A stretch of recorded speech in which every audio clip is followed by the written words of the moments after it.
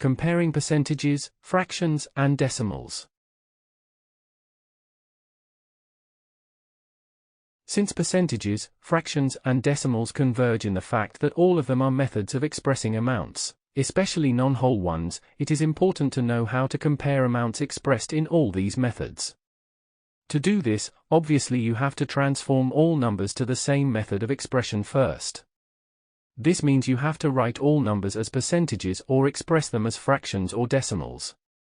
After doing this, the comparison is very easy. Let's consider an example. Example: 3 employees had to submit a report on sales in a company. When asked for an update on the process, the first employee declared that she has already completed 67.8% of the report, while the second and third employee declared the values 2/1/3 1 and 0.685 of the report respectively. Find which employee is ahead and who is behind with the task. Solution: we must write all values in the same way to make the comparison. Since our current chapter is about percentages, we are going to write all values as percentages. Thus, the first employee has already answered in percentages, so no need to make changes in the value she declared.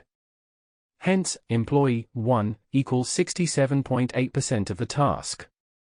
As for the second employee, we obtain the following shown on screen. Of the report. Finally, the third employee obtained the following shown on screen.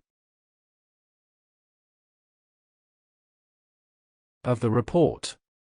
Therefore, comparing the previous percentages, we obtain the results for the task for the 3 employees. When writing them in ascending order, we have the following shown on screen. Hence, ordering the employees from the most productive means we obtain the following shown on screen. That is all for lesson 5.2.5, and the end of tutorial 5.2. To continue this chapter, please watch 5.3, Introduction to Percentage Increase and Decrease. Thank you for watching. Make sure to like and subscribe to keep up to date with new videos. For more information, calculators, and tutorials, please visit www.icalculator.info.